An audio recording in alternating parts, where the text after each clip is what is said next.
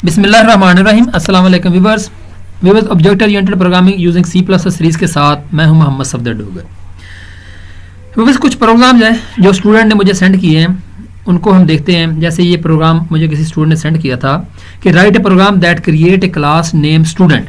एक हमने एक क्लास क्रिएट करनी है जिसका नाम क्या है, स्टूडेंट है, with one data member roll number, यानी कि उसके अंदर एक डाटा मेंबर होगा जिसका नाम हम क्या करेंगे, रोल नंबर रख देंगे।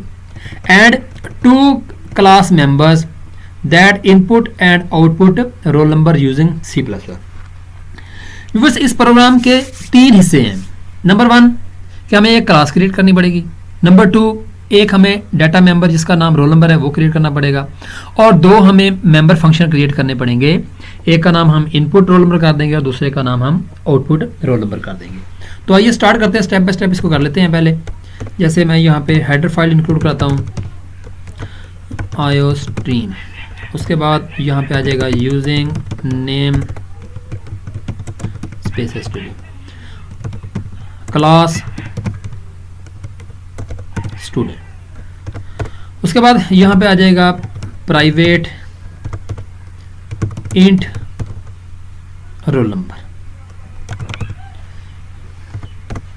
और अब देखिए दो काम हमारे हो गए हैं, हमने क्लास भी क्रिएट कर ली है और एक private roll number integer type का क्रिएट कर लिया है, या डाटा मेंबर हमने क्रिएट कर लिया है।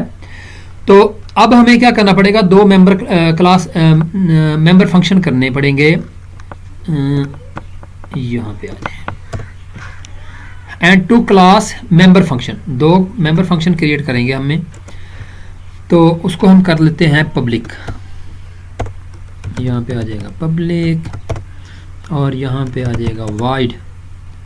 इनपुट कराना है तो यहाँ पे आ जाएगा इनपुट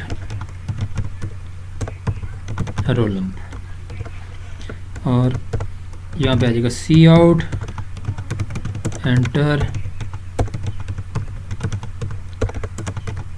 रोल नंबर, और यहाँ पे आ जाएगा सीन रोल नंबर। ये लीजिए हमारा एक मेंबर फंक्शन जो बन के है इनपुट रोल नंबर। इसी तरह का एक हम और बना लेते हैं आउटपुट रोल नंबर के लिए। तो यहाँ पे आ जाएगा आउटपुट अंडरस्कोर रोल नंबर, और ये क्या करेगा, इसको शो कर देगा। यहाँ पे लिख लेंगे रोल नंबर इज, और रोल नंबर को हम यहाँ पे क्या करा देंगे, शो करा देंगे। अब देखें यहाँ पे हम रोल नंबर को इनपुट करा देंगे और इसको यहाँ पे क्या करा देंगे, शो करा देंगे। हमारे तीनों काम कंप्लीट हो गए हैं। अब हमने इनपुट करानी है या आउटपुट शो करानी है, तो उसके लिए हमें क्या करना पड़ेगा, इस क्लास का एक ऑब्जेक्ट क्रिएट करना पड़ेगा। अब ऑब्जेक्ट आपको पता है कैसे क्रिएट करते हैं। यहाँ पे पहले मेन के फंक्शन के अंदर आते हैं।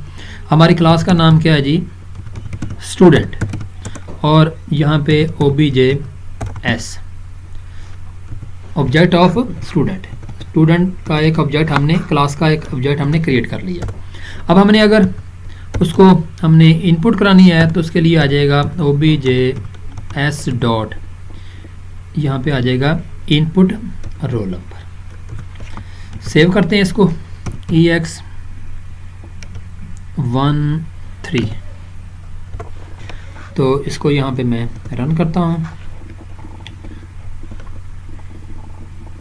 ये देखें एंटर रोल नंबर, मैं यहाँ पे रोल नंबर देता हूँ 6। तो अभी इसने शो नहीं किया। तो अगर हमने रोल नंबर को आउटपुट देनी है तो उसके लिए हमें लिखना पड़ेगा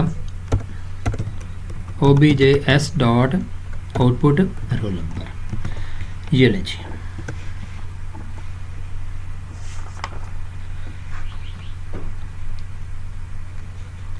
यहाँ पे रोल नंबर मैं देता हूँ 4, the roll number is 4। Very very simple.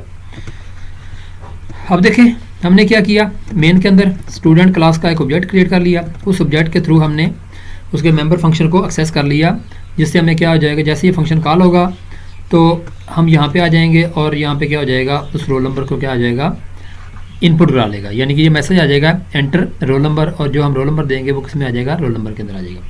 उसके बाद OBJ object student output roll number, उसको आउटपुट करानी है यानी उसको शो कराना है, तो क्या आ जाएगा, रोल नंबर इज, यहाँ पे उस रोल नंबर को शो करवा देंगे। तो व्यूवर्स, मैं उम्मीद करता हूँ कि आज की वीडियो की आपको समझ आ गई होगी। मेरे वीडियो देखने का शुक्रिया। तो नेक्स्ट लेक्चर तक बाय, ओके, अल्लाह हाफिज़।